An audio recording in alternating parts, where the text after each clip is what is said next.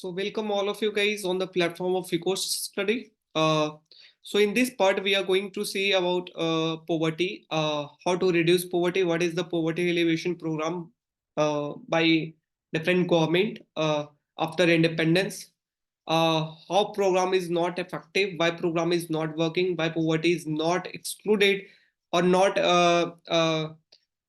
gone in from India. So these are our topic. First of all, we discuss about multi-dimensional poverty index.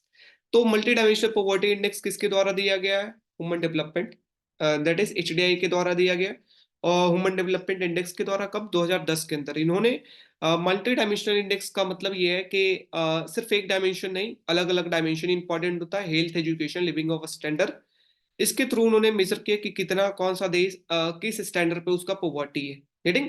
तो उस आधार पर उन्होंने ये multi dimensional poverty index दिया है, got it. तो अब हम देखने जा रहे हैं मल्टी डायमेंशनल पॉवर्टी इंडेक्स का। देखे थे हेल्थ, एजुकेशन और लिविंग ऑफ स्टैंडर्ड, हर एक का सेम प्रोपोर्शन है, गेटिंग। हर एक जो है उसका प्रोपोर्शन जो है वो सेम है, 33.33%, 100% का थ्री पार्ट अगर करें तो। हेल्थ के अंदर अगर बात करें, दो आपका इंडिकेटर होते हैं मेजर करने के लिए। पहला, क्या कोई भी हाउस होल्ड जो है, एक भी मेंबर क्या मेल नॉरिश्ड है, अगर है तो ठीक है, वो आएगा। दूसरा, क्या कोई भी ऐसा हाउस होल्ड घर है जहां पर आपका 5 साल के अंदर किसी भी बच्चे का डेथ हुआ है, अगर है तो दोनों सही है, तो 33.3% हेल्थ के अंदर, वो 100% जो है वो पॉवर्टी के अंदर है। नेक्स्ट वन, क्या कोई एजुकेशन के अंदर, तो पहला जो है वो क्या 5 साल से कम, क्या कोई भी मेंबर है जो है वो कोई भी ऐसा नो हाउस होल्ड अगर 5 साल तक कोई स्कूलिंग किया है, मतलब कोई भी घर का इंसान जो है 5 साल तक, 6 साल तक आपका स्कूलिंग नहीं किया है, पहला। दूसरा, क्या कोई बच्चा है जो आपका पढ़ने की उम्र वाला है और वो स्कूल अटेंड नहीं कर रहा है, इज नॉट अटेंडिंग स्कूल, क्या एक भी ऐसा बच्चा है घर के अंदर? अगर है, दोनों चीज है कि पहला कोई भी बच्चा आपका स्कूल अटेंड नहीं कर रहा है, अगर एक भी बच्चा, और दूसरा 6 साल तक आपका कोई भी पढ़ाई नहीं की घर के अंदर, तो हम कहेंगे एजुकेशन के अंदर वो पॉवर्टी के अंदर है। Getting my point? Education index उसका क्या है? 33.33। Next one is your next one is your living of standard. Living of standard, तो लिविंग ऑफ स्टैंडर्ड के लिए कितने? 6 इंडिकेटर है। कितने? 6। पहला अगर बात करते हैं, नो इलेक्ट्रिसिटी, अगर इलेक्ट्रिसिटी नहीं हो। दूसरा, no access to clean water, no access to safe या clean drinking water. No access to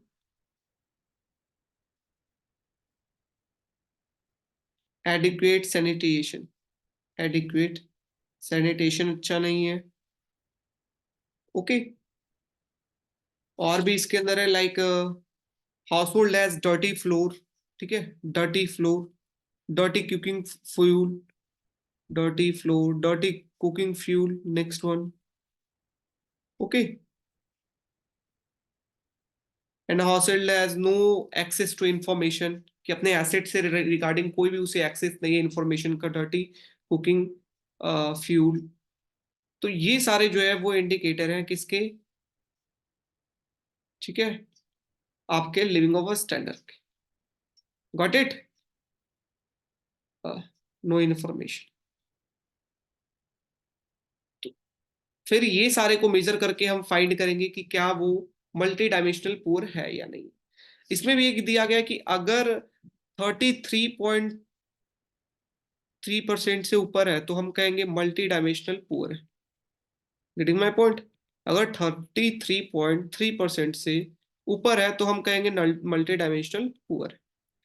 अगर 20 और 30 के बीच में है वैल्यू, 33.33, 20 और 33, तो हम कहेंगे ये वनरेबल है, मीन्स पुअर है, लेकिन गरीब है लेकिन उतना भी गरीब नहीं है, गेटिंग, क्योंकि ये कम है अभी, इसका रेशियो देख सकते हो। लेकिन अगर 50% से भी ज्यादा है, कोई भी कंट्री 50% से ज्यादा उसका एमडीआई के अंदर आ रहा है, तो हम क्या कहेंगे? वो सेवरली मल्टी डायमेंशनल पुअर है,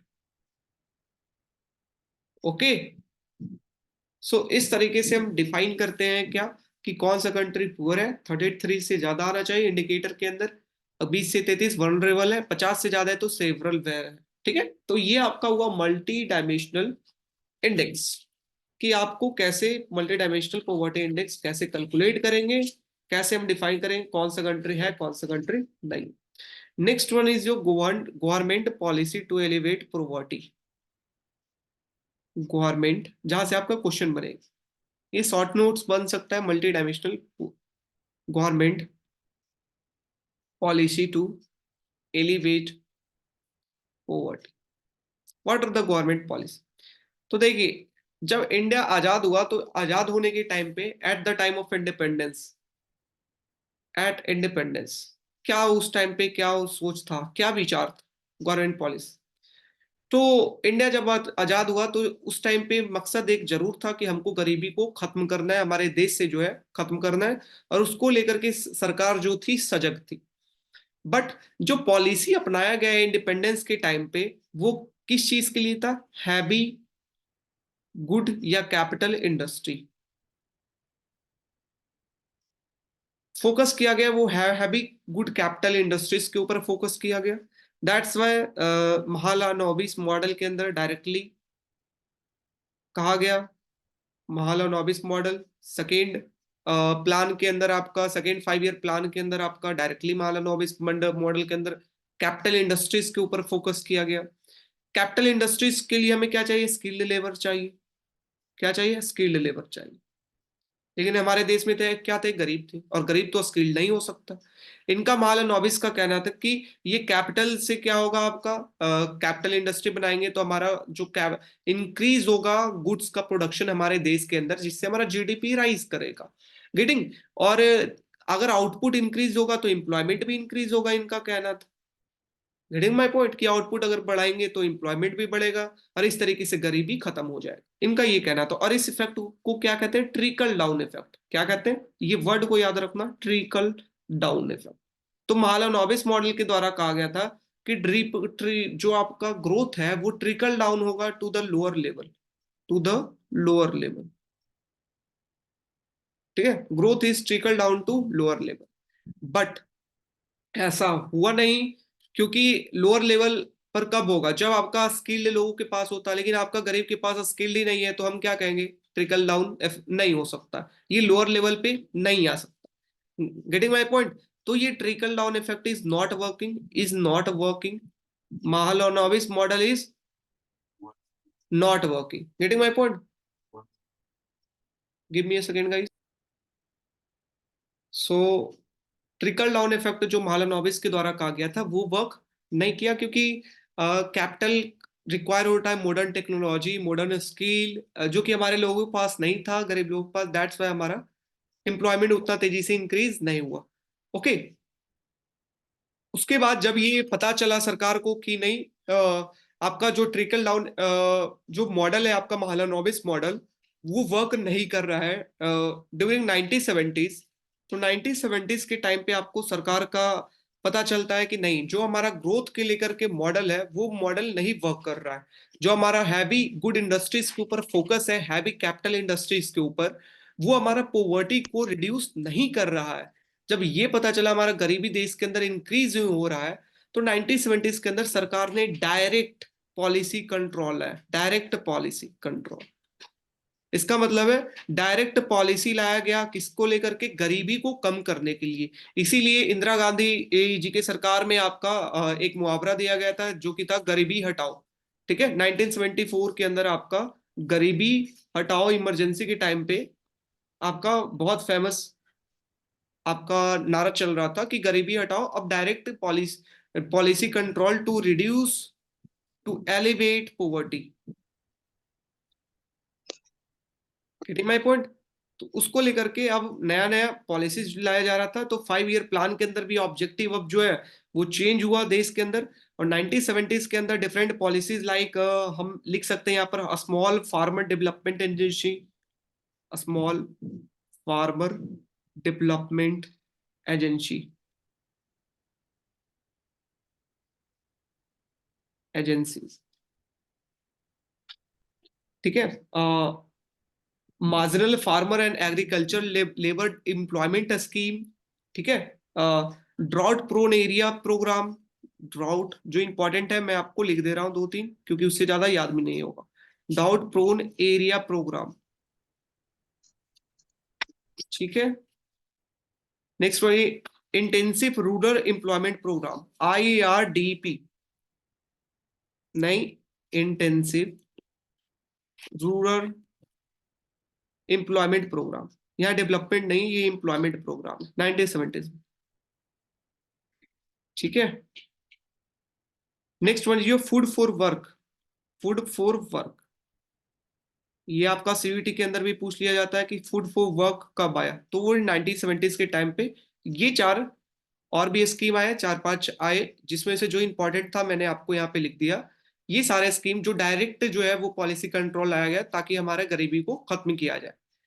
गेटिंग माई पॉइंट। बट ये जितने भी पॉलिसीज है वो पूरे देश के अंदर नहीं लाया गया, ये कुछ स्पेसिफिक एरिया के अंदर, कुछ डिस्ट्रिक्ट के अंदर ब्लॉक को सेलेक्ट करके उस लाइक ये 50 ब्लॉक के अंदर ये पॉलिसीज को लाया गया। ऑल ओवर कंट्रीज के ऊपर ये पॉलिसीज नहीं लाया गया इम्प्लीमेंटेशन। तो इसका इम्प्लीमेंटेशन जो है वो सिर्फ स्पेसिफिक रीजन के लिए, और वही स्पेसिफिक रीजन पे बार बार एक पॉलिसी दूसरा पॉलिसी उसी पे वर्क कर रहा है। लाइक ज्यादातर ये जो है वो पंजाब, हरियाणा और southern state like Tamil Nadu, Kerala, तो ये सब के अंदर ये पॉलिसीज वर्क कर रहे थे, वेस्ट बंगाल, तो ये सब के अंदर ये पॉलिसीज वर्क कर रहे थे। But other state like UP, Bihar और मध्य प्रदेश, छत्तीसगढ़, राजस्थान, तो ये सब स्टेट के अंदर ये पॉलिसीज ज्यादा इनका यूज नहीं किया जा रहा था। Getting my point. तो ये जो है no, none of this programme is comprehensively cover the whole country, कोई भी प्रोग्राम जो है वो पूरे कंट्री को कवर नहीं कर रहा है यहाँ पर, ठीक है। नन ऑफ दिस प्रोग्राम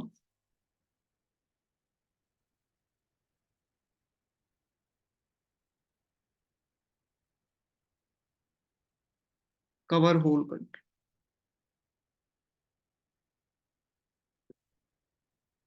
ठीक है। तो और साथ में यहाँ पे प्रॉब्लम क्या था, व्हाट इज द प्रॉब्लम, फिर भी ये पॉलिसीज लाया गया, फिर भी पॉलिसीज लाने के बाद भी आपका पोवर्टी जो है वो खत्म नहीं हुआ। व्हाट आर द रीजन, तो प्रॉब्लम आपका है क्योंकि ये पॉलिसीज जो है वो लैग्ड था, क्योंकि इनका जो प्लान्ड अप्रोच था वो डायरेक्ट था, लेकिन अच्छे तरीके से यूटिलाइज नहीं था कि कितना पैसा, हमारा सिर्फ पैसा देने से काम नहीं चलेगा कोई भी गरीब को, उसके लिए फूड भी होना चाहिए, फूड का जो सप्लाई है वो गरीबों के पास होना चाहिए, तब हम कहेंगे अच्छा उतना पैसा का यूज आए, ठीक है, उस पैसे का वो यूज करके वो फूड को खरीदेंगे और गरीबी से खत्म होंगे।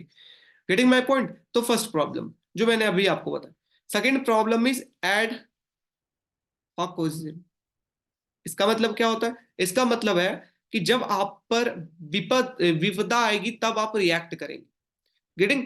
अब जब आप विपदा के अंदर है, जब आपका प्रॉब्लम है तब आप रिएक्ट करेंगे, उससे पहले आप रिएक्ट नहीं कर रहे हैं, ठीक है। तो जैसे आपको प्रॉब्लम आई उस अकॉर्डिंग आप स्कीम बना रहे हैं, उस अकॉर्डिंग आप पॉलिसी बना रहे हैं, दैट इज द बैड। आपको एडवांस में पहले से पॉलिसीज बना करके रखना है कि आपको प्रॉब्लम नहीं आए इकोनॉमी के अंदर। तो एड ऑर्गेनिज्म के कारण भी आपका जो है, आपका effectiveness of policy is not working, वो कम था कि विपदा आएगा तब हम इफेक्टिव, तब हम क्या करेंगे, पॉलिसीज लाएंगे। Ineffectiveness of policy. Getting my point. तो this are the some limitation जो कि आपका इनिशियल प्रोग्राम के अंदर था, कि ये पूरे कंट्री के अंदर नहीं था, एडोकिज्म था, दैट्स वाई इनइफेक्टिवनेस ऑफ पॉलिसीज। ये जो था, जो प्लान्ड अप्रोच था वो लैक्ड था कि आपका कितना हायर लेवल ऑफ इनकम हमारा चाहिए गरीब लोगों के लिए, रूरल इलाके में कितना हमारा इनकम का जरूरत है, ये नहीं आपका बताया गया। बट लेटर फेज के अंदर अगर बात करते हैं, लेटर फेज मीन 1980s के टाइम, लेटर फेज के अंदर ये सारे प्रॉब्लम जो है वो कवर किए गए कि अच्छा ये प्रॉब्लम है, और भी डिफरेंट प्रोग्राम को लाया गया, जो कि सबसे इंपॉर्टेंट प्रोग्राम है वो है IRDP। IRDP, ठीक है। IRDP का डेफिनेशन अगर करें तो integrated rural development programme, development programme, तो IRDP आपका लाया गया। गेटिंग। IRDP के अंदर ये क्या है, आपका एंटी पोवर्टी प्रोग्राम है, एंटी पोवर्टी प्रोग्राम। और इसके अंदर कहा गया कि जो भी मार्जिनल फार्मर है, लैंडलेस लेबर है, वो गरीब इसलिए है क्योंकि उनके पास एसेट नहीं है। गेटिंग माय पॉइंट, उस उनके पास एसेट नहीं है, इसलिए सरकार का काम है कि उनको एसेट प्रोवाइड किया जाए। गेटिंग, इनका क्या कहना था इस ये क्या था, इनका कहना कि जो भी मार्जिनल फार्मर है या जो भी गरीब है, वो इसलिए गरीब है क्योंकि उनके पास एसेट नहीं है। इसलिए सरकार का काम है कि इनको एसेट प्रोवाइड करे, एसेट प्रोवाइड करे। Getting my point? ठीक है, तो इसको लेकर के स्कीम लाया गया, that is known as integrated rural development programme. ठीक है, जो कि आपका 1978 70 1978 79 में आपका स्टार्ट हुआ। बट आफ्टर ये जो है वो एक्सटेंड हुआ। ये इनिशियली आपका सिर्फ कितने ब्लॉक के लिए लाए गए थे, 2300 ब्लॉक जो है उसके अंदर इस स्कीम का पहले टेस्ट किया गया। इस स्कीम का पॉजिटिव रिजल्ट आने के बाद ये पूरे कंट्री के अंदर इनका इम्प्लीमेंटेशन 6th 5 ईयर प्लान के अंदर किया गया। ठीक है, 6th 5 ईयर प्लान के अंदर पूरे कंट्री के अंदर इम्प्लीमेंटेशन आपका फिर किया गया। देखिए, जैसे जैसे पॉवर्टी इंक्रीज होते गई वैसे वैसे 5 ईयर प्लान के अंदर पॉलिसीज के अंदर रोल भी पॉवर्टी एलिवेशन प्रोग्राम को लेकर के इंक्रीज होता गया। पहले जो था वो 5 ईयर प्लान के अंदर वो फोकस था कि हमें इंडस्ट्री बनाना है, हमें हैवी इंडस्ट्री की जरूरत है। Getting my point? फिर आपका फोकस धीरे धीरे हुआ, नहीं एम्प्लॉय, आपका गरीबी इंक्रीज हो रहा है तो एम्प्लॉयमेंट का जनरेशन करना है। तो आप देख सकते हो डिफरेंट प्रोग्राम आपका यहाँ पे लाया जा रहा है। तो पहला है IRDP, जो कि आपका लेटर फेज के अंदर आया। नेक्स्ट अगर बात करते हैं तो rural landless employment generation programme, RLEGP। तो ये जो है लॉन्च किया गया 1983 के अंदर। कैसे डिफाइन करेंगे? Rural landless employment generation programme.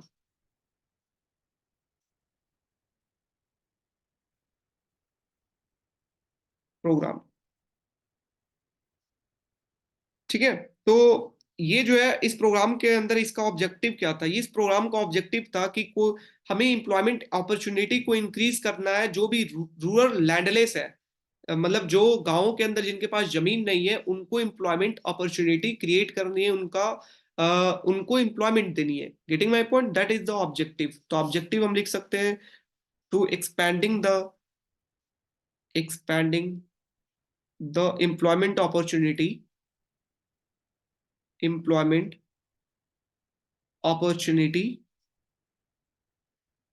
For the rural landless. What it? कि आपका जो गरीब है, जो गांव के अंदर जिनके पास जमीन नहीं है, उनको हमें रोजगार देना है। उसके लिए जो स्कीम लाया गया that is known as rural landless employment generation programme, जो कि 1983 के अंदर आपका लाया गया। एक और स्कीम लाया गया that is known as RNRGP। NREP।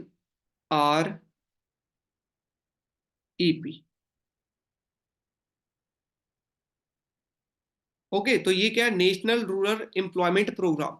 National rural employment programme जो है ये क्यों लाया गया? ये जो है वो IRDP के साथ ही स्टार्ट किया गया था, 6th प्लान के अंदर ही।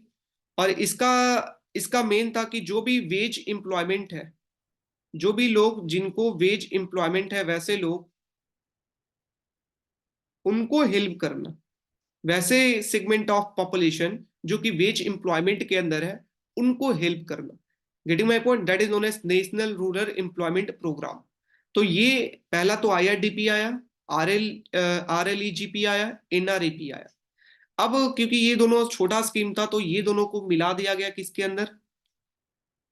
IRDP के अंदर। Getting my point?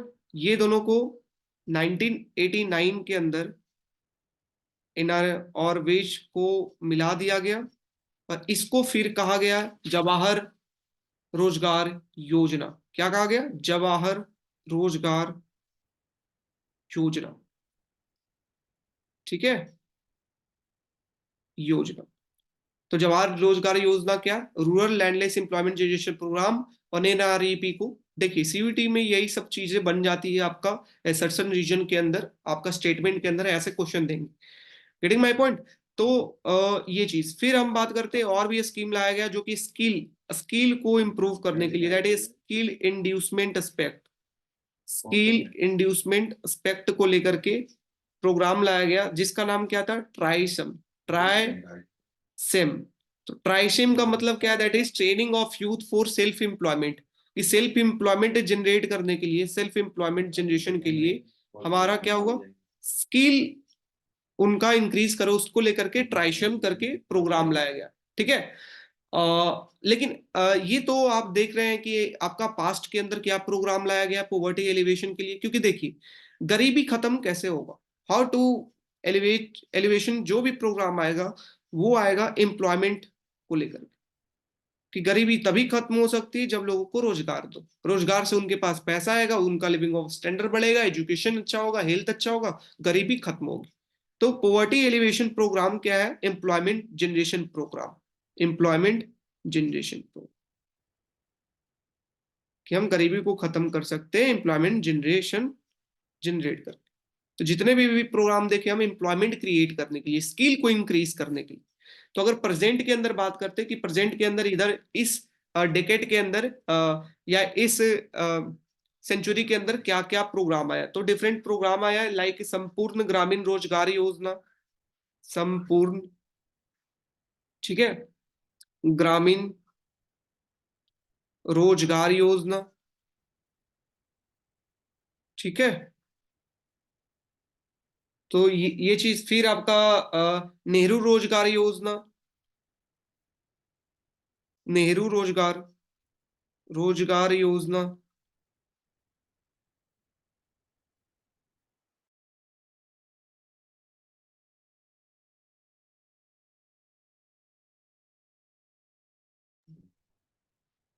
Next one is जो स्वर्ण जयंती शहरी रोजगार योजना,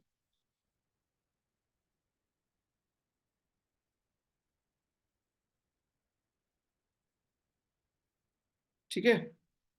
और आपका जो इंपॉर्टेंट आ जाता है वो क्या है, मनरेगा, एमजी नरेगा, ठीक है, that is Mahatma Gandhi national rural employment generation programme, ठीक है, एम्प्लॉयमेंट जनरेशन प्रोग्राम। तो इस प्रोग्राम को कब इंट्रोड्यूस किया गया था, फैब 2006 के अंदर। और इसका काम क्या है, एमजी नरेगा का काम क्या है, इसको आपको एक्सप्लेन करना है, this one is important one.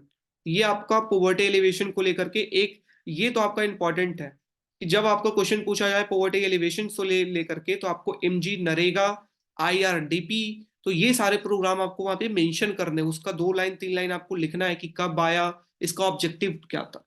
तो व्हाट इज द ऑब्जेक्टिव, तो ऑब्जेक्टिव या एम इसका था कि provide at least 100 days of guarantee employment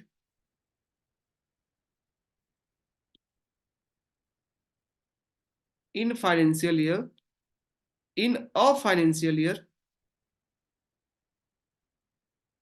to every household in the rural area, to every household in rural area।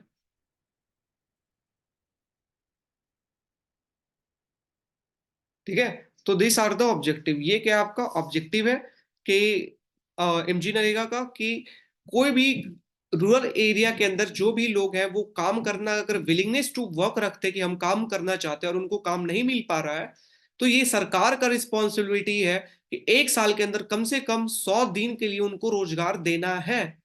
ठीक है, और वो मिनिमम जो वेज है वो सरकार डिफाइन करेगी, उतना उनको वेज मिलेगा, उतना काम सरकार का ये दायित्व है।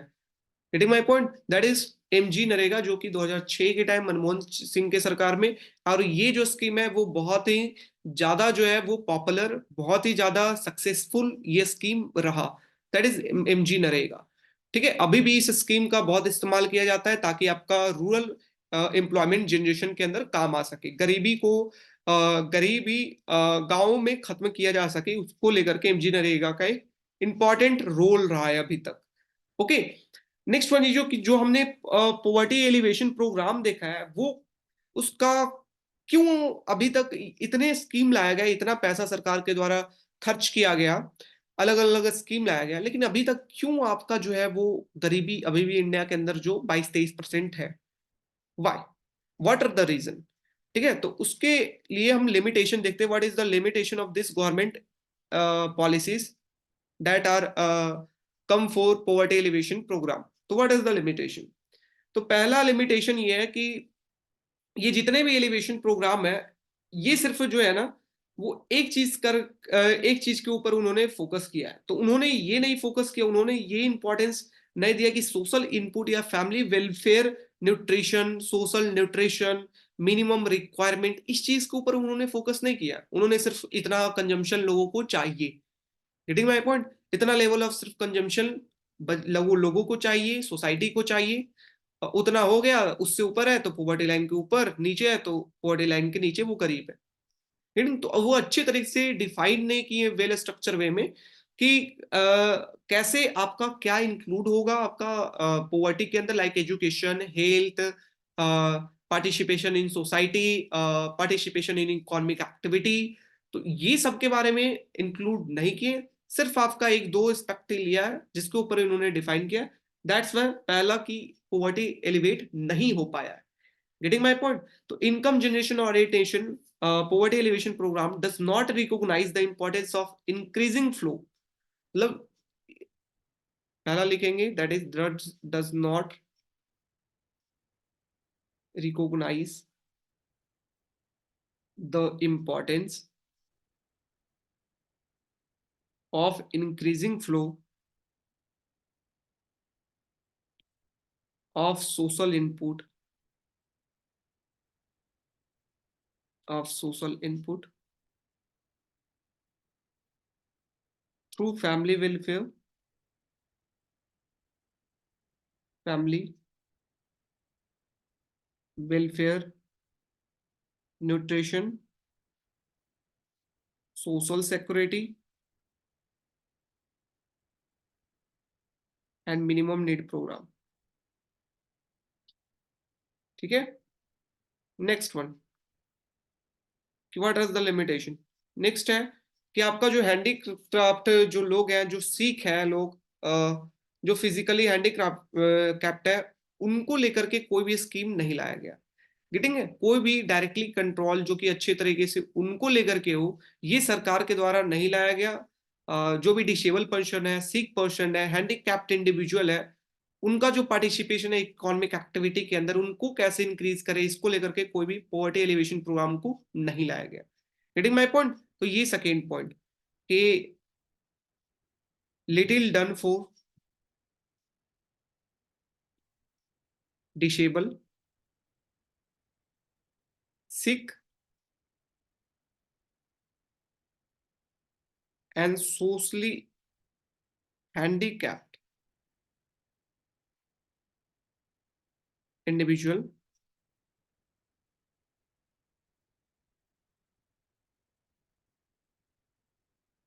who cannot participate in normal economic activity, who cannot participate in normal economic activity। Okay okay, तो पहला ये दूसरा लिमिटेशन है प्रोग्राम का। तीसरा क्या है? तीसरा है कि सिर्फ इनकम दे देने से हमारा काम नहीं चलेगा। हम सिर्फ पुअर को क्या किया सरकार कि यहाँ पर इनकम दे दिया, डायरेक्ट इनकम, इससे थोड़ी वो गरीब से अमीर हो जाएगा या फिर पॉवर्टी उसका खत्म हो जाएगा, नहीं। इनकम यहाँ पर आप दे रहे हैं तो इस इनकम से वो क्या करेगा? डिमांड। डिमांड के लिए क्या होना चाहिए? सप्लाई। आपने इनकम दिया और सप्लाई फूड का है ही नहीं, getting my point. Supply food का है ही नहीं, अच्छी तरीके से आप सप्लाई फूड का आप कंट्रोल नहीं कर पा रहे हैं, आप अच्छी तरीके से डिस्ट्रीब्यूट नहीं कर पा रहे हैं फूड को, तब आपका क्या होगा? डिमांड सप्लाई में मिसमैच होगा और आपका पॉलिसीज जो है वो इफेक्टिव तरीके से वर्क नहीं करेगा। Getting my point. तो दिस आर द रीजन कि आपका इनकम देने के बाद भी आपका सप्लाई फूड का खराब होने के कारण आपका पॉवर्टी एलिवेशन प्रोग्राम जो है वो इफेक्टिव उतना नहीं रहा। गेटिंग, तो this is your third reason. Okay, ये तीसरा रीजन है। फोर्थ रीजन की अगर बात करें तो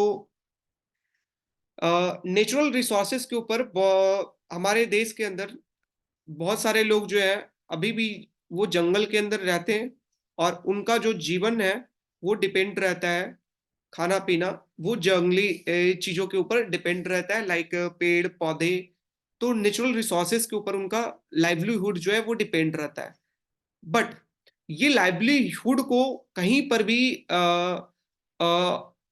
वाइबल नहीं ठहराया गया है, कहीं पर भी इसके बारे में बात नहीं किया गया कि कितना नेचुरल रिसोर्सेस किसी भी इंसान जो रह रहा है जंगली इलाके में तो उसको कितना जरूरत है नेचुरल रिसोर्सेस कि उसको डिफाइन करने के लिए कि पुअर को लेकर के क्या है डेफिनेशन, जो जंगल में लोग रहते हैं तो उसको लेकर के बात नहीं की गई है। साथ ही साथ जो नेचुरल रिसोर्सेस है वो लगातार फास्टर पेस पे डिक्लाइन हो रहा है, फास्टर पेस पे। Heading that's why poverty, your poverty level get increases, और इसको लेकर के सरकार जो है वो उतना सजग नहीं है। हेडिंग मेट्रो ज्यादा डेवलपमेंट इंक्रीज होने के कारण natural resources over a period of time हमारा डिक्रीज होते जा रहा है, लाइक मेट्रो, रेलवे, ये सब के कारण हमारा पेड़ पौधे जंगल जो है वो धीरे धीरे कम होते जा रहे हैं। दैट्स वाई उनका जो पोवर्टी है और वो इंक्रीज ही हो रहा है। गेटिंग? तो एंटी पुअर लॉ या पॉलिसीज के अंदर सरकार को ये ट्राइबल पीपल को लेकर के सोचना चाहिए। गेटिंग? तो ये एक ड्रॉबैक है। तो this four thing are the drawback of word जो आपका गवर्नमेंट पॉलिसीज है जो आपका लाया गया है पोवर्टी एलिवेशन प्रोग्राम को लेकर। अब लास्ट हम देखने जा रहे हैं what is universal basic income. Basic income, ठीक है। What is UBI?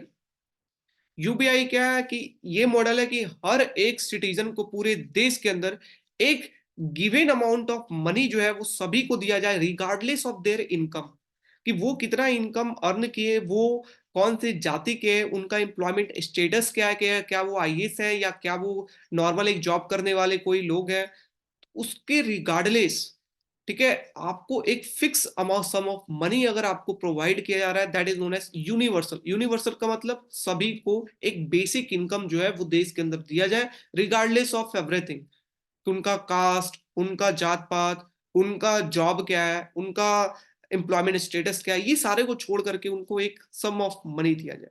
तो यूबीआई को अगर डिफाइन करें that is it is a model for providing all citizen of a country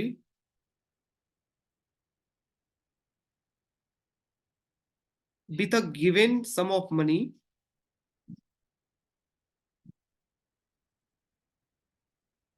regardless of their income,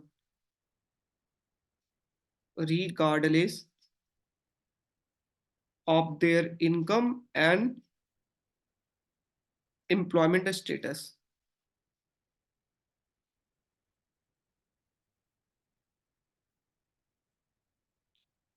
ठीक है।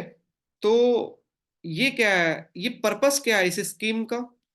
अगर पर्पस की बात करते हैं व्हाट इज द पर्पस, तो पर्पस यही है कि गरीब को खत्म करेंगे, पैसे देंगे जिससे वो गुड्स को खरीदेंगे, सप्लाई को सही रखेंगे जिससे वो खरीदेंगे, और उससे वो पढ़ाएंगे, वो हेल्थ का ध्यान रखेंगे जिससे आपका गरीबी खत्म होगा। दूसरा, जो कंट्री के अंदर इक्वलिटी है वो इंक्रीज होगा, समानता जो है लोगों के बीच में वो बढ़ेगा, equality, increase equality among citizen. तो यूबीआई को अगर हम कैरेक्टरिस्टिक अगर बात करें, what is the characteristic of UBI? Characteristic, तो पहला आपका क्या है कि ये यूनिवर्सल है, यूनिवर्सल मतलब सभी के लिए है। दूसरा, अनकंडीशनली मतलब बिना कोई कंडीशन के, किसी गरीब के लिए या अमीर उसके लिए पैसे इनकम इतना आपका होना चाहिए, not important. Next one, period cash payment, मतलब पीरियड वाइज कैश पेमेंट, एक ईयर के अंदर, महीने के अंदर सरकार जो है आपको पेमेंट करेगी। Getting? So this is the characteristic of what universal basic income. Getting? हाँ। अब हम बात करते हैं कि यूनिवर्सल बेसिक इनकम के अंदर कि ये आइडिया जो है सोसाइटी को लेकर के इसलिए सोचा गया है क्योंकि आपको हर एक पीपल को सिर्फ, क्योंकि राइट हमारा खाने पीने के लेकर के ही नहीं है, हमारा राइट टू एजुकेशन भी है, राइट टू हेल्थ भी है, और राइट टू जस्टिस भी है। गेटिंग माय पॉइंट, कि जो आपका दूसरा इंसान अगर खा रहा है तो आपको भी खाने, आपके भी पास भी पैसे होने चाहिए कि आप खाना खाएं। ठीक है, और ये सरकार का रिस्पॉन्सिबिलिटी बनती है कि आपके पास हो उतना। ठीक है, तो इसलिए आपका this model is important one, जिससे आप यूनिवर्सली जो है वो अनकंडीशनली कोई भी पर्सन को जो है वो बेसिक इनकम दे करके उनका जो बेसिक नीड है वो कवर कर सकते हैं और उनको गरीबी से मुक्त करा सकते हैं। Getting my point? हाँ। Next one is your benefit. What is the benefit of UBI? तो पहला है कि UBI is the first and foremost a test of just and non exploitation of society. ये ऐसा स्कीम है जो पहला और बिल्कुल अलग है, अलग टेस्ट का है, जो कि कोई सोसाइटी को एक्सप्लॉइट नहीं करता। ये स्कीम लाइक एक पीपल को दिया जा रहा है, दूसरे पीपल को नहीं दिया जा रहा है, ऐसा ये नहीं है इस स्कीम के अंदर। Non exploitation of society. ठीक है, तो जो सोसाइटी के अंदर बेसिक ये गारंटी करता है कि एक बेसिक इनकम जो है वो सारे सिटीजन को देना चाहिए। Getting my point? और बेनिफिट क्या है कि इट इज द, इससे हम फास्टर वे में हम रिड्यूस कर सकते हैं पॉवर्टी, रिड्यूसिंग ऑफ पॉवर्टी, है ना। गरीबी को हम तेजी तरीके से हम क्या कर सकते हैं, देश से खत्म कर सकते हैं। ठीक है, ये सोशल ऑब्लिगेशन है कि आपका लिविंग ऑफ स्टैंडर्ड को कैसे इंक्रीज किया जाए, क्योंकि employment generation is uncertain. Employment कितना जनरेट होगा आने वाले टाइम के अंदर वी डोंट नो। वो डिपेंड ऑन अलग फैक्टर कि बाहर वाले लोग कितना डिमांड कर रहे हैं, हमारा इन्वेस्टमेंट कितना है, कितना प्राइवेट सेक्टर का है, कितना एफडीआई आ रहा है, तो ये सारे फैक्टर के ऊपर डिपेंड करता है। तो अनसर्टेन है, दैट्स, ये नहीं पता। किसे पता था कि रशिया यूक्रेन का वार होगा? किसे पता था कि फलस्तीन इसराइल का वार होगा? तो that is uncertain. Getting my point? तो एम्प्लॉयमेंट अनसर्टेन है। दैट्स वाई हमारा इस तरीके से हम गरीबी को खत्म कर सकते हैं। ये एक तरीका है। Getting? Next one is what is the problem? Benefit तो हमने देख लिया कि दिस आर द बेनिफिट, कि अनसर्टेन है employment, that's why this scheme is used. Okay.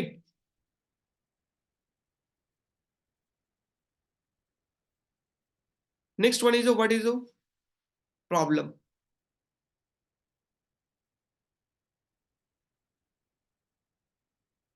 Problem क्या है? तो पहला प्रॉब्लम की बात करते हैं, ये क्या है? अगर आप डायरेक्ट लोगों को पैसे दे दे रहे हैं, इससे इम्पैक्ट क्या पड़ेगा? लोग काम ही नहीं करेंगे। Getting my point? कि आपका फ्री में पैसा आ रहा है, उतना आ रहा है जितना में उनका काम चल जा रहा है, तो वैसे भी लोग हैं सोसाइटी के अंदर जो सिर्फ खाने पीने के बारे में ही सोच रहे हैं, उतना कमा लो जितना से हमारा रोजमर्रा जिंदगी चला जाए। इसलिए इसका आने से क्या होगा? इट लीड्स टू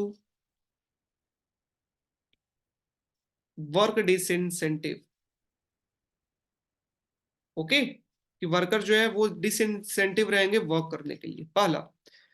दूसरा कॉमन आर्गुमेंट ये है कि जो पूरा हाउस होल्ड लोग हैं उनको अगर कैश ट्रांसफर अगर किया जाएगा तो जरूरी नहीं है कि वो खाने के लिए ही यूज करे, वो अदर पर्पस के लिए भी यूज कर सकते हैं। राइट? वो हो सकता है कोई लिक्विड पीने के लिए यूज करे, हो सकता है वो गैम्बलिंग के लिए यूज करे, है ना। इसलिए जरूरी नहीं कि वो खाने पीने के लिए इस्तेमाल करे। तो दूसरा ये कि पूरा हाउस होल्ड में use this cash flow not to buy basic need. Okay, जरूरी not to buy basic need, जरूरी नहीं है पूरा हाउस होल्ड। नेक्स्ट वन, कि ये भी हो सकता है कि क्या हमारा ये पैसा दिया जा रहा है तो क्या जो एम्प्लॉयमेंट में जो आपको मिल रहा है क्या उससे पैसा कट रहा है? लाइक जो कंपनी आपको प्रोवाइड कर रही है, आपको इनकम प्रोवाइड कर रही है, आपको सैलरी प्रोवाइड कर रही है, क्या उससे पैसा काटा जा रहा है? That is the problem. Fourth one, जो लास्ट इंपॉर्टेंट है, कि गवर्नमेंट ट्रेजरी के ऊपर, क्योंकि सभी को पैसा दिया जा रहा है, दैट्स वाई गवर्नमेंट ट्रेजरी के ऊपर बहुत ही ज्यादा प्रेशर रहेगा। Getting my point? क्योंकि पैसा बहुत चाहिए, और पैसा अगर सरकार ज्यादा दे रही है तो फिस्कल डेफिसिट जो है वो इंक्रीज करेगा। ठीक है ना, it impact fiscal deficit. Getting my point? तो this are the problem of UBI. Okay. So this is overall lecture on your poverty